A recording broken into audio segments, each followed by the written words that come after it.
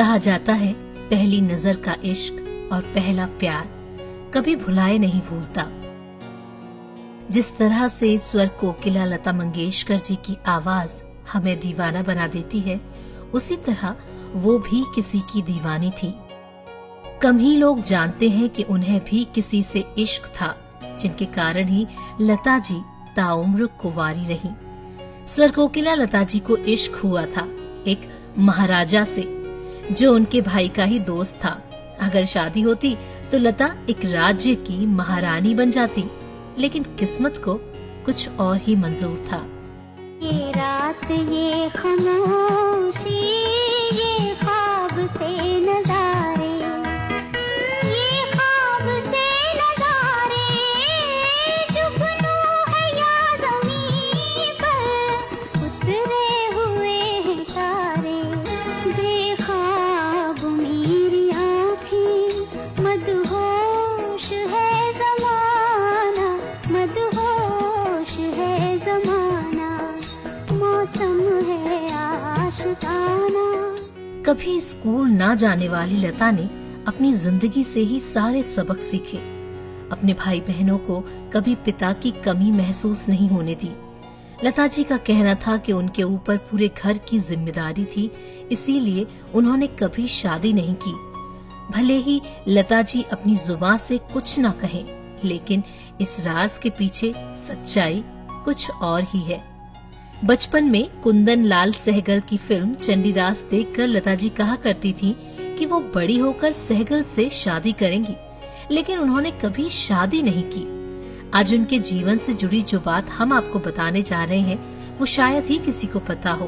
हम बात करेंगे लता मंगेशकर की लव स्टोरी की।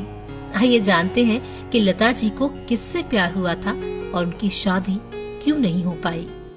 महबूब मेरे, तू है तो दुनिया कितनी वसी है, जो तू नहीं तो कुछ भी नहीं है महबूब मेरे। ये व्यक्ति थे डूंगरपुर राजघराने के महाराजा राज सिंह, जिनसे लता मंगेशकर बेहद प्यार करती थी।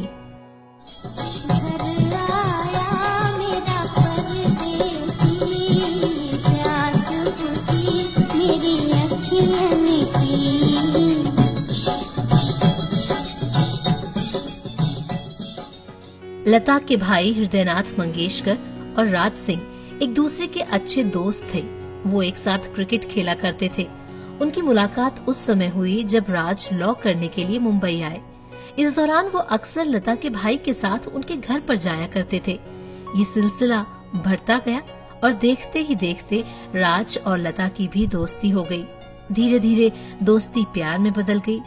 तब तक लता का नाम भी चर्चित हस्तियों में गिना जाने लगा था, इसलिए मीडिया में भी लता और राज के रिश्ते को लेकर बातें उड़ने लगी।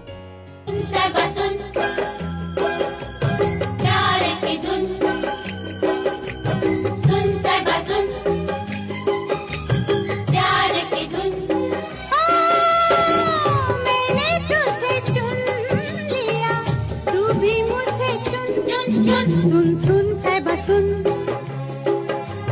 प्यार की धुन। राज क्रिकेट के शौकीन थे। इसके चलते वो कई सालों तक बीसीसीआई से जुड़े रहे और लता जी का क्रिकेट के प्रति लगाव तो हम सब जानते ही हैं।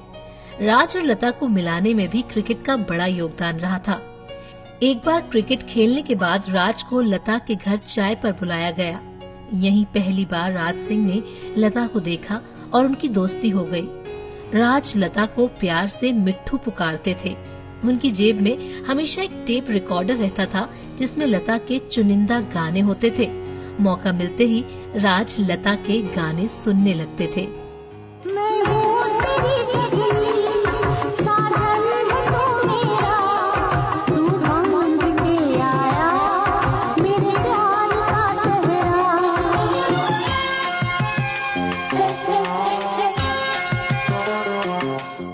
दोनों एक दूसरे से शादी करना चाहते थे, लेकिन शादी हो नहीं पाई। कहा जाता है कि राज ने अपने माता पिता से वादा किया था कि वो किसी भी आम घर की लड़की को उनके घराने की बहू नहीं बनाएंगे। राज ने ये वादा मरते दम तक निभाया।